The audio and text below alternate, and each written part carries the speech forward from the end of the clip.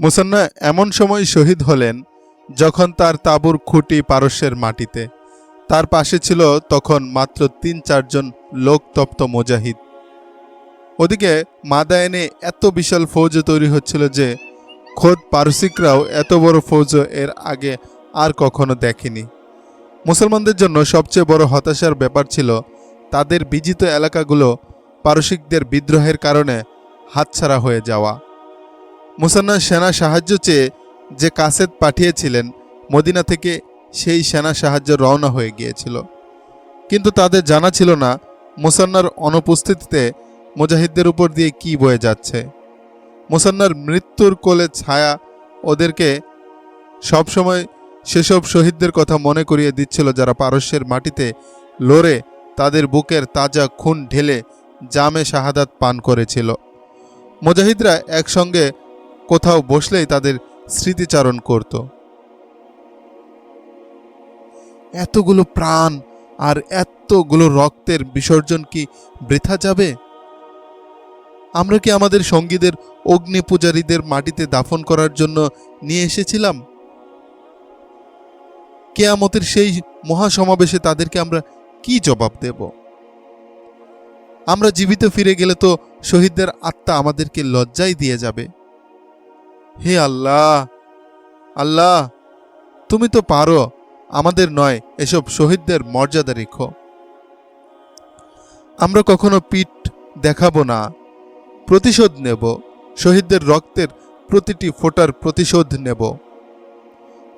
প্রতিশোধ আর প্রতিরোধের আকাশ সমান দৃঢ়তা নিয়ে মুজাহিদরা রাতে ঘুমাতো এই আশঙ্কা নিয়ে, না জানে সকালে তাদের জন্য কি বয়ে আনে। মুসান্না যখন শেষ নিঃশ্বাস ত্যাগ করেন তখন তার স্ত্রী সালমা ও মুসান্না তার পাশেই ছিলেন। সালমা তার প্রিয়তম স্বামীর মুখের দিকে শূন্য মুখে তাকিয়েছিল। তার চোখে ছিল অবিশ্বাস। তার স্বামী, তার সোহাগ, তাকে ছেড়ে চিরদিনের জন্য তার মাওলার কাছে চলে গেছেন। নিজ গ্রামে, শহরে, সফরে, এমনকি রক্তাক্ত আর ধুলোয় ধূসরিত রণাঙ্গনেও সালমা তার থেকে দূরে থাকতে পারেনি। সালমা শুধু একজনেরই স্ত্রী ছিল না, আরব্য মুসলিম নারীও ছিল। সে একজন মুজাহিদাও ছিল। একজন সিপাহসালারের স্ত্রী হওয়াতে যুদ্ধ বিদ্যা ও যুদ্ধ পরিস্থিতি সম্পর্কে যথেষ্ট অভিজ্ঞতা অর্জন করেছিল সে। তার জানা ছিল মুসান্নার পর এই লস্করে এমন সব সালাররাই রয়ে গেছেন যারা পিছু হটা ছাড়া আর কিছুই ভাবতে পারবেন না। হঠাৎ করেই এই ভাবনা সালমার মনে এলো এবং চমকে উঠে মুসান্নার দিকে তিনি তাকালেন। মুসান্না, সালমা মুসান্নার ভাইকে বললেন, তোমার ভাই চলে গেছেন, আমার স্বামী চলে গেছেন, কিন্তু এটা মাতমের সময় নয়। মুসলমানরা আজ এমন এক সিপাহসালার হারিয়েছেন যিনি পারস্যকে ইসলামী সাম্রাজ্যে অন্তর্ভুক্ত করার জন্য এবং পারসিকদের ইসলামের আলোয় আলোকিত করার জন্য ঘর থেকে বের হয়েছিল। তুমি কি জানো না, এই মুসান্নাই প্রথম খলিফা আবু বকর রাদিয়াল্লাহু তাআলা আনহুকে পারস্যে অভিযান পরিচালনার জন্য উদ্বুদ্ধ করেছিলেন? হ্যাঁ, মুসান্না বললেন, আমার মনে আছে সালমা। এখন কি করতে হবে বলুন? ফৌজও যদি এই খবর জানতে পারে তবে তো সবাই হতাশ হয়ে যাবে। এমনও হতে পারে কিছু লোক এই ভেবে ফিরে যেতে পারে যে মুসান্না ছাড়া আর কারো দ্বারা বিজয় সম্ভব নয়। মুসান্নার মৃত্যুর খবর কি তবে লস্করের কাছে গোপন রাখব? না, সালমা বলল, এটা গোপন রাখা ভালোও হবে না এবং সম্ভবও নয়। রাত অর্ধেক চলে গেছে, লস্কর রয়েছে গভীর ঘুমে। ফজর নামাজের জামাতের পর মুজাহিদদের যেতে দেবে না। আমাকে ডেকে নিও। এটা তো সবাই জানতো সিপাহসালারকে জখম এতই মাজুর করে দিয়েছিল যে তিনি তাঁবুতে নামাজ পড়তেন। ফজর নামাজের ইমামতি মুসান্না বিন হারিসা করলেন। মুসান্না যখন বিছানায় পড়ে গেলেন তখন থেকেই মুসান্না ইমামতি শুরু করলেন। অনেকেই বুঝতে পারল না যে মুসান্নার আওয়াজ আজ বসানো এবং কেরাতের শুরু করুন। নামাজ ও দোয়ার পর মুজাহিদরা উঠতে শুরু করলে মুসান্না উঠে দাঁড়ালেন। বসে পড়ো আমার বন্ধুরা, মুসান্না বললেন। আজকের সকাল আমাদের জন্য কোনো ভালো সংবাদ বয়ে আনেনি, ভেজা আওয়াজে মুসান্না বললেন। সিপাহসালার মুসান্নার সুস্থতার খবর শোনাও ভাই আমাকে, লস্করের মধ্য থেকে একজন আওয়াজ ওঠালো। তার জখম কি কিছুটা সেরে উঠেছে? না, এবার মুসান্না প্রায় কেঁদে ফেলেছিলেন। তিনি তার এই জখম বুকে ধারণ করে আজ রাতে আল্লাহর ডাকে সাড়া দিয়েছেন। মুজাহিদদের মধ্যে এতক্ষণ যে ফিসফিসানি ছিল তা নিমিষেই থেমে গেল। নীরব নিস্তব্ধতা নেমে এলো। লোকালয় থেকে দূরের এই এলাকায় ভোরের এই নিস্তব্ধতা চারদিক ভুতুড়ে করে তুলল। তারপরই এহ নিস্তব্ধতা হেঁচকি আর ফুপানির রূপ নিল। মুসান্না মরতে পারেন না, এ ছিল এক খ্রিস্টানের আহাজারি। মুসান্না মৃত্যুকেও পরাজিত করতে পারেন। হ্যাঁ, মুসান্না মরতে পারেন না, এটা সালমার আওয়াজ ছিল। একটি গাছের পেছনে পা থেকে মাথা পর্যন্ত চাদরে আবৃত হয়ে দাঁড়িয়েছিলেন।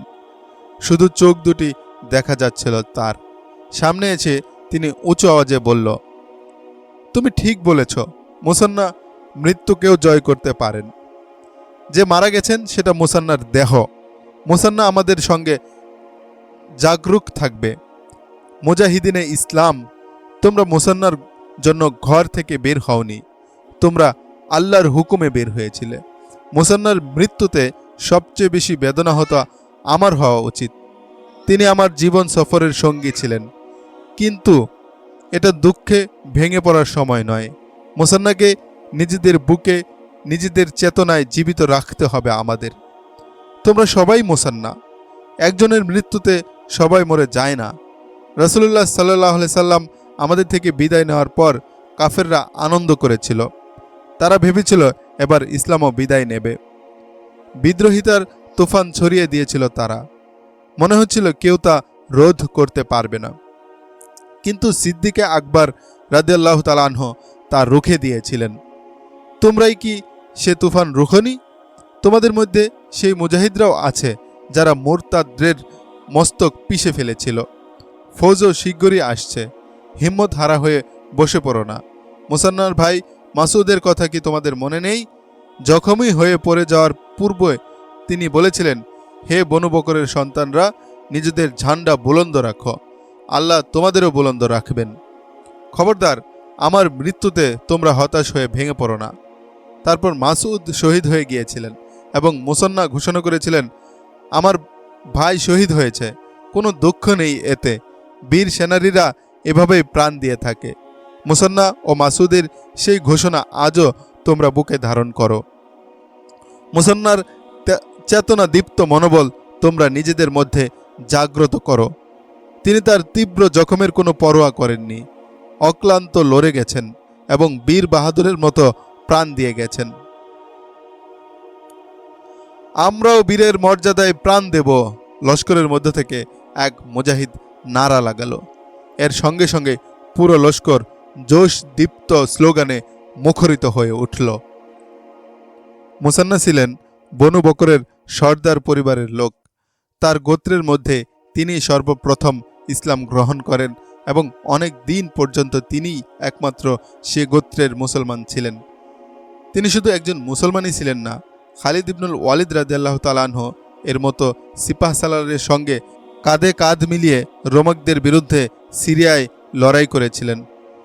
দুই এক লড়াই প্রমাণ করে দিয়েছিলেন তিনি খালিদ ইবনুল ওয়ালিদ রাদিয়াল্লাহু আনহু এর মতোই দক্ষ সালার, রণাঙ্গনের কুশলী এক নেতা। প্রথম খলিফা আবু বকর রাদিয়াল্লাহু আনহু এর কাছে এই মুসান্নাই গিয়েছিলেন, সিরিয়ার মতো পারসিকদের বিরুদ্ধেও এখন অভিযান শুরু করা হোক। আবু বকর রাদিয়াল্লাহু আনহু নিজেও রণাঙ্গনের একজন দক্ষ সৈনিক ছিলেন। একই সঙ্গে দুই বড় শক্তির বিরুদ্ধে অভিযান পরিচালনার ব্যাপারে তিনি অস্বীকৃতি জানালেন, কিন্তু মুসান্না তাকে বাস্তবোচিত যুক্তি দিয়ে বোঝানোর পর তিনি পারসিকদের বিরুদ্ধে অভিযানের ব্যাপারে সম্মতি জানালেন। কিন্তু প্রথম খলিফা আবু বকর রাদিয়াল্লাহু আনহু এটা জানতেনই না যে এই মুসান্না ইবনে হারিসা কে এবং তিনি কোন গোত্রের। এ তো কোনো অজ্ঞাতনামা অপরিচিত ব্যক্তি নয়, যাকে কেউ চিনেই না বা যার কোনো বংশীয় ইতিহাস নেই। খলিফার মজলিসে এক কাবিলার সর্দার কায়েস ইবনে আসেম মুনকিরি বলেছিলেন, এ তো মুসান্না ইবনে হারিসা সাইবানি। তার কাবিলার মধ্যে তিনিই প্রথম এবং একমাত্র ব্যক্তি যিনি ইসলাম গ্রহণ করেছিলেন। তার মেহনত ও গভীর ব্যক্তি মর্যাদার কারণে খুব অল্প সময়েই পুরো কাবিলা ইসলাম গ্রহণ করেছিল। তুমি কি বনু বকর ইবনে আওয়ালের কথা বলছ? আবু বকর রাদিয়াল্লাহু আনহু জিজ্ঞেস করেছিলেন। হ্যাঁ, কায়েস ইবনে আসেম জবাব দিয়েছিলেন। মুসান্না ইবনে হারেসা বনু বকরের একজন সর্দার এবং মান্যবর লোক। তার এক ইশারায় পুরো কাবিলায় জিহাদে ঝাঁপিয়ে পড়বে। মুসান্নার নেতৃত্বের এটা একটা কারিশমা ছিল যে তার ফৌজে খ্রিস্টানরা স্বতঃস্ফূর্ত হয়ে যোগ দিয়েছিল এবং রণাঙ্গনে বীরত্বের দৃষ্টিনন্দন ঝলকে দেখিয়েছিল। মুসান্না এখন নেই, অথচ এখনই তার বড় প্রয়োজন ছিল। মদিনায় আমিরুল মুমিনিন ওমর রাদিয়াল্লাহু আনহু এর আহ্বানে বিভিন্ন গোত্রের সর্দাররা সাড়া দিয়ে হাজার হাজার লোক মুসলমান ফৌজে সামিল করেছিল। সঙ্গে সঙ্গে ব্যক্তিগতভাবেও দলে দলে লোক ফৌজে সামিল হয়েছিল। এই ফৌজে যেমন বড় বড় আমির, রইস, ব্যবসায়ী, কবি, ইমাম, খতিব প্রভৃতি শ্রেণীর লোক যোগ দিয়েছিল, তেমনি সাধারণ লোকেরাও যোগ দিয়েছিল। তাদের মধ্যে কয়েকজন সাহাবায়ে কেরামও ছিলেন এবং কয়েকজন শহীদ সাহাবায়ে কেরামের পুত্ররাও শরীক ছিলেন। হযরত ওমর রাদিয়াল্লাহু আনহু এতই আবেগদীপ্ত ছিলেন যে তিনি নিজেই এই ফৌজের সিপাহসালার হয়ে গেলেন। হযরত আলী রাদিয়াল্লাহু আনহুকে তার স্থলাভিষিক্ত করে। আলী রাদিয়াল্লাহু আনহু এই ফৌজকে বিদায় জানাতে অনেক দূর পর্যন্ত গিয়েছিলেন। মদিনা থেকে তিনি মাইল দূরে সিরার নামক স্থানে এই লস্কর যাত্রা বিরতি করে। লস্করের অধিকাংশই জানত না যে আমিরুল মুমিনিন সিপাহসালার হয়ে মদিনা ছেড়ে রণাঙ্গনে যাচ্ছেন। তারা ভেবেছিল আমিরুল মুমিনিন এখান থেকে মদিনায় ফিরে যাবেন। ওমর রাদিয়াল্লাহু আনহু যখন মদিনা থেকে লস্করের সঙ্গে বের হলেন, তখন বাড়ি ঘরের ছাদে, উঁচু টিলায় এবং চওড়া গাছগুলোতে মানুষ আর মানুষের ঢল নেমেছিল। তাদের মধ্যে মহিলা, বৃদ্ধ, শিশুও ছিল। ওমর রাদিয়াল্লাহু আনহু কিছু দূরে গিয়ে পেছনে ফিরে তাকাতেই দেখলেন অসংখ্য নারী পুরুষের আশীর্বাদী হাত নড়ছে।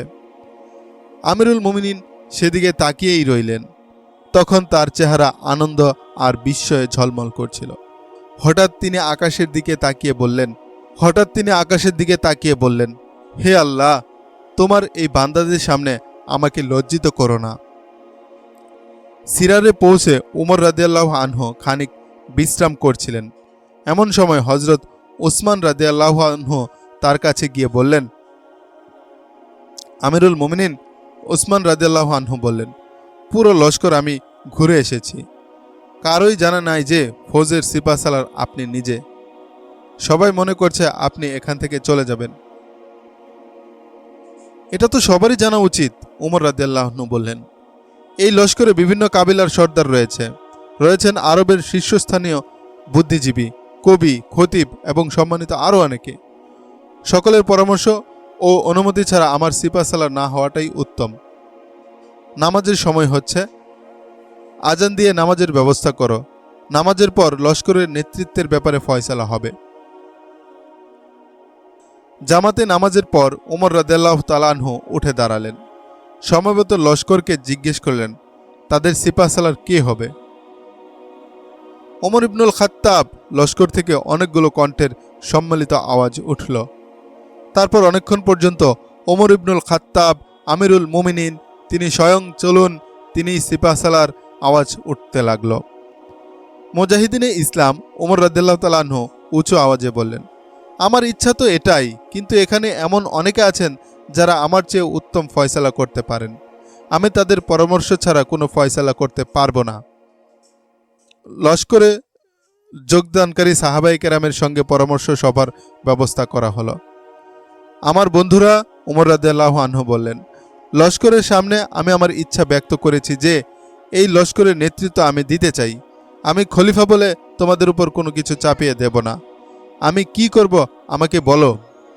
আপনি মদিনায় ফিরে যান, আমিরুল মোমিনিন সাহাবী আব্দুর রহমান ইবনে আউফ রাদিয়াল্লাহু আনহু বললেন, এবং সিপাহসালার কোনো সাহাবীকে নিযুক্ত করুন। রণাঙ্গনে আমাদের লস্করের ফয়সালা মহান আল্লাহর হাতে, এবং তার হাতেই এই ফয়সালা শেষ পর্যন্ত থাকবে। আমাদের জয় পরাজয় উভয়টাই হতে পারে। এই লস্করের সিপাহসালার আপনি হলে এবং আমাদের পরাজয় ঘটলে পরাজয়ের এই ধাক্কা কেউ সামলে উঠতে পারবে না। আর আপনাকে ছাড়া আমাদের পরাজয় ঘটলে মদিনা থেকে আপনি সাহায্য পাঠাতে পারবেন। আপনি সিপাহসালার হলেন আর শহীদ হয়ে গেলেন, তখন আর কোনো মর্দে মুমিন থাকবে না যে আল্লাহর বরত্ব বর্ণনা করবে এবং লা ইলাহা ইল্লাল্লাহ এর সাক্ষ্য দেবে। সাহাবায়ে কেরাম সহ উপস্থিত সবাই এই পরামর্শ জোর দিয়ে সমর্থন করলেন। ওমর রাদিয়াল্লাহু আনহু খুশি মনে তা মেনে নিলেন। আমি তোমাদের ফয়সালা মতে অবশ্যই কাজ করব, ওমর রাদিয়াল্লাহু আনহু বললেন। কিন্তু যে যুদ্ধের জন্য আমরা যাচ্ছি তা ওইসব যুদ্ধ থেকে অনেক বেশি ভয়াবহ হবে যেসব যুদ্ধে আমরা লড়াই করেছি। সাহাবীগণের মধ্যে দুজনের উপরেই আমার নজর রয়েছে, খালিদ ইবনুল ওয়ালিদ রাদিয়াল্লাহু আনহু এবং আবু উবাইদা। ওমর রাদিয়াল্লাহু আনহু আলী রাদিয়াল্লাহু তাআলা আনহুকেও প্রস্তাব করেছিলেন, কিন্তু আলী রাদিয়াল্লাহু আনহু তাতে অসম্মতি জানান। বিভিন্ন জনের নাম পেশ করা হচ্ছিল। হঠাৎ দূর থেকে ঘোড়ার দ্রুতগতির ক্ষুরধ্বনি শোনা যেতে লাগলো। ঘোড়সওয়ার এদিকে আসছিল। কাছে এসে সাওয়ার ঘোড়া থেকে নেমে সোজা ওমর রাদিয়াল্লাহু আনহু এর কাছে এসে দাঁড়ালো। আসসালামু আলাইকুম ইয়া আমিরুল মুমিনিন। সাওয়ার সালাম দিয়ে একটি লিখিত পত্র ওমর রাদিয়াল্লাহু আনহু এর হাতে দিতে দিতে বলল, আল্লাহর শুকরিয়া, আপনাকে এখানে পেয়ে গেছি। এটা সাদ ইবনে আবি ওয়াক্কাস রাদিয়াল্লাহু আনহু এর পয়গাম। তিনি বলেছিলেন আমিরুল মুমিনিনকে সম্ভবত সিরারের ঝর্ণার ধারে পেয়ে যাবে। আল্লাহ তোমাকে সালামতি দান করুন। ওমর রাদিয়াল্লাহু আনহু বললেন, তুমি খুবই দ্রুত এসেছ, বসে পড়ো। সাদ কোথায়? নজদে। ওমর রাদিয়াল্লাহু আনহু সাদ এর পয়গাম সবাইকে পড়ে শোনালেন।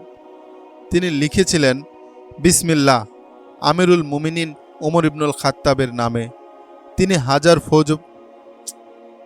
বিসমিল্লাহ, আমিরুল মুমিনিন ওমর ইবনুল খাত্তাব রাদিয়াল্লাহু তাআলা আনহু এর নামে 3000 ফৌজ পাঠিয়েছি। এর মধ্যে সাওয়ারের সংখ্যাই বেশি। আরও 1000 সাওয়ার আমি তৈরি করে রেখেছি, যারা নির্ভীক, জানবাজ ও কুশলী যোদ্ধা। সিপাহসালার পাওয়া গেছে, আব্দুর রহমান ইবনে আউফ রাদিয়াল্লাহু আনহু স্লোগানের সুরে বললেন। কে সে? ওমর রাদিয়াল্লাহু আনহু জিজ্ঞেস করলেন। এই জমিনের সিংহ সাদ ইবনে আবি ওয়াক্কাস। সাদ রাদিয়াল্লাহু আনহু এর নাম শুনে ওমর রাদিয়াল্লাহু আনহু চিন্তায় পড়ে গেলেন এবং কিছুক্ষণ নীরব রইলেন, কারণ সাদ রাদিয়াল্লাহু আনহু এর অসাধারণ বীরত্ব ও নির্ভীক সাহসিকতার ব্যাপারে কারোরই কোনো সন্দেহ ছিল না। কিন্তু রণাঙ্গনের যুদ্ধ কৌশল ও নেতৃত্বের ব্যাপারে ওমর রাদিয়াল্লাহু আনহু তার প্রতি আশ্বস্ত হতে পারছিলেন না। কিন্তু সেখানে যত সাহাবায়ে কেরাম ছিলেন সবাই আব্দুর রহমান ইবনে আউফের প্রতি জোর সমর্থন জানালেন। সাহাবায়ে কেরাম ছাড়াও সেখানে কয়েকজন বিচক্ষণ ফয়সালাকারী ব্যক্তিও ছিলেন।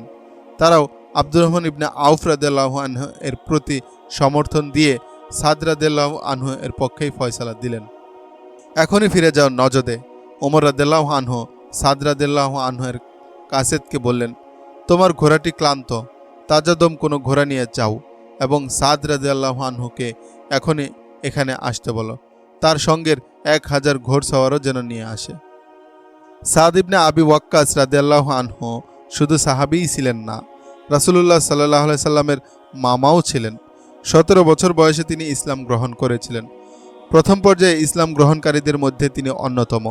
সাদ রাদিয়াল্লাহু আনহু মোটামুটি সম্পদশালী ছিলেন, দামি কাপড় পরিধান করতে পছন্দ করতেন, কিন্তু তার চালচলনে বিত্তশালীর দাপট ছিল না।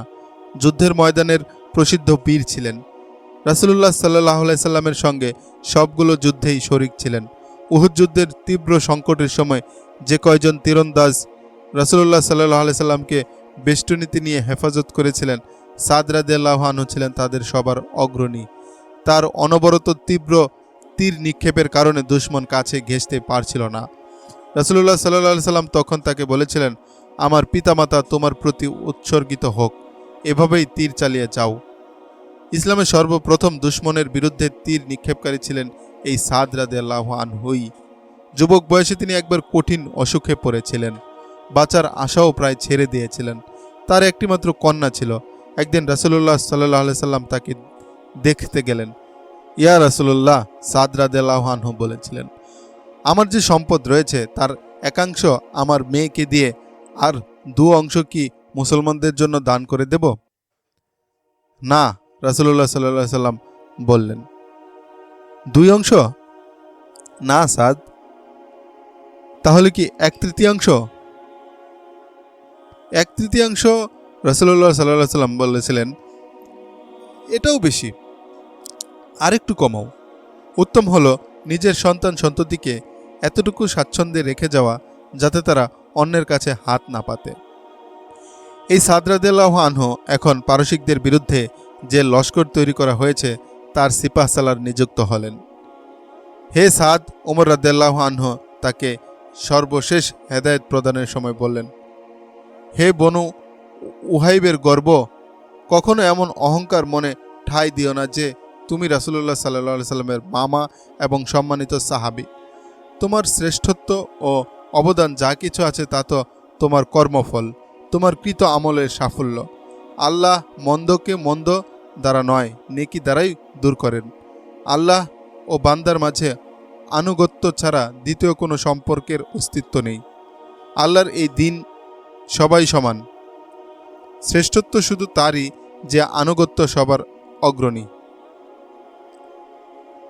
সমস্যা যেমনই হোক তা নিয়ে নবীজির সুন্নতের মাপকাঠিতে এবং ধৈর্য ও স্থির চিত্ত নিয়ে তার মোকাবেলা করবে। যেখানেই সেনা ছাউনি ফেলবে সেখানকার বিস্তারিত সব লিখে পাঠাবে। সংবাদ আদান প্রদানের মাধ্যমে খুব দ্রুত ও তৎপর রাখতে হবে। এটা ভুলে যেও না, আমরা যেমন বলি সালতানাতে ফারেসকে চিরতরে খতম করে দেব, তেমনি পারসিকরাও ইসলাম ও মুসলমানদেরকে চিরতরে খতম করে দেওয়ার জন্য প্রতিশ্রুতিবদ্ধ। ওরা অনেক বড় ফৌজ তৈরি করছে। ফৌজ, ঘোড়া, হাতি ও অন্যান্য ধরনের অস্ত্রশস্ত্রের এমন এক তুফান হবে সেটা যে তোমাদের লস্কর এর সামনে শুকনো খড়কুটোর মতো মনে হবে। ধৈর্য ও সাহসিকতার সঙ্গে যে কোনো পদক্ষেপ নিতে হবে। দুশমন অত্যন্ত ধোঁকাবাজ ও প্রতারক। তাদের এই স্বভাবই তাদের পরাজয়ের কারণ হতে পারে।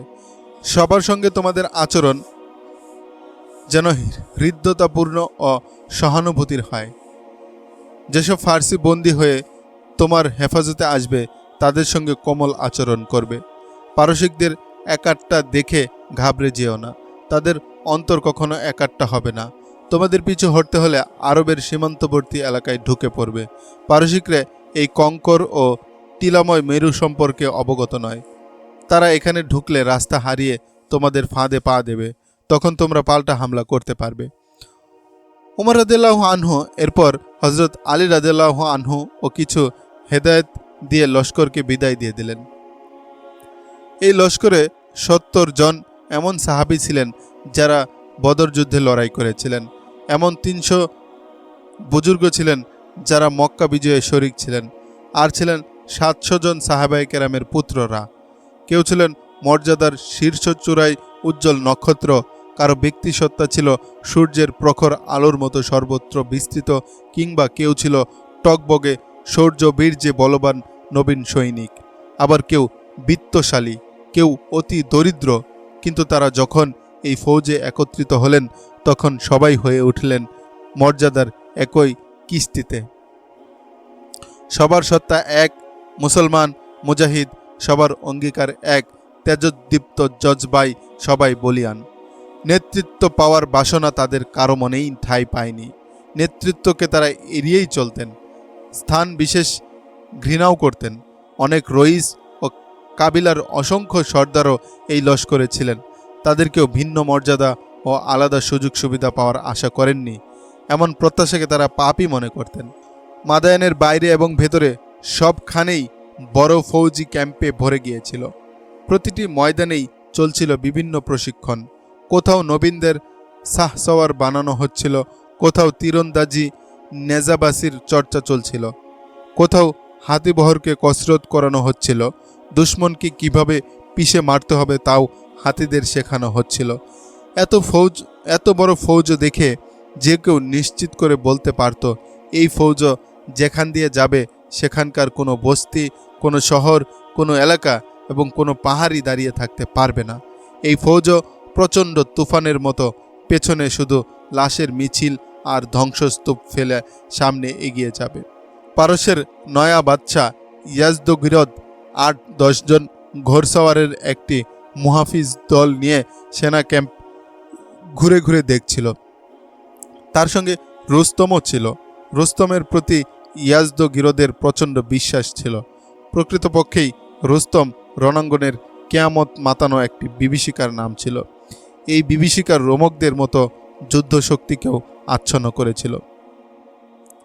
২১ বছরের নৌজওয়ান ইয়াজদগিরদ ফৌজের এই নব উদ্যম দেখে আবেগে ফেটে পড়েছিলেন। কিন্তু তার মা ছেলের নাম জপ করেই দিন গুজরান করত, তাই তার পেরেশানি ছিল সব সময় তাকে নিয়েই। সালতানাতে ফারেসের বিপদ নিয়ে তার কোনো পেরেশানি ছিল না। তার ছেলে যাতে জীবিত ও সুস্থ থাকে এই ছিল তার প্রার্থনা। রুস্তম, ইয়াজদগিরদের মা নওরিন রুস্তমকে বলেছিল, পারস্যের এই তাজ, এই মুকুট তার কত উত্তরাধিকারীর রক্ত পান করেছে। তুমি তো জানো আমার বেটা পারস্যের বাদশাহ বনবে। এমন স্বপ্ন আমি কখনো দেখিনি। তোমার যখন সন্দেহ হবে এই সিংহাসনের অন্য কোনো দাবিদার আমার ছেলেকে হত্যা করতে চাইছে, আমাকে তখন তুমি জানিও। আমার বেটাকে আমি এখান থেকে নিয়ে যাব। রুস্তম, শুনে নাও, আমার বেটার যদি কিছু হয়ে যায় তাহলে তুমিও জীবিত থাকবে না। এই হাত দুটি তোমার দেহটাকে টুকরো টুকরো করে ফেলবে। ওই ডাইনি শিরোয়ার মা এখনও জীবিত। সে তার পুত্র হত্যার প্রতিশোধ আমার বেটা থেকে নেবে। নওরিন রুস্তম তাকে আশ্বস্ত করেছিলেন, তোমার বেটা কতল হবে না, আমরাই তাকে ডেকে এনেছি। ইয়াজদগিরদ ফৌজি তৈরি দেখছিল। তার মা কেল্লার বেরুজে দাঁড়িয়ে তার ছেলেকে দেখছিল আর বলছিল, বাছা আমার, বেটা আমার। নওরিন কাছে থেকে একটা আওয়াজ শুনতে পেল। নওরিন চোখ নামিয়ে দেখল এবং চমকে উঠে বলল, সারান, তুমি এসে আমায় যে কি শান্তি দিলে। আমি তো ঘাবড়ে যাচ্ছিলাম। ওই যে দেখো আমার বেটা, তার ফৌজ দেখে বেড়াচ্ছে। সে আমার চোখের আড়াল হলেই আমার অন্তরটা ফাঁকা হয়ে যায়। তোমার অন্তরের কিছুই হওয়া উচিত নয় নওরিন, সারান বললেন। তার নিরাপত্তার দায়িত্ব আমার। তার সঙ্গে তো সরকারি মুহাফিজ থাকেই। আমি আরও 2 জন বিশেষ মুহাফিজ লাগিয়ে দিয়েছি, যারা কারো নজরে পড়ে না, আর নজরে পড়লেও তাদেরকে কেউ চেনে না। রুস্তমকে কি আমার বিশ্বাস করা উচিত? নওরিন জিজ্ঞেস করল। হ্যাঁ, সারান বলল, রুস্তমকে তুমি বিশ্বাস করতে পারো। ওর প্রতি ইয়াজদগিরদেরই বিশ্বাস আছে।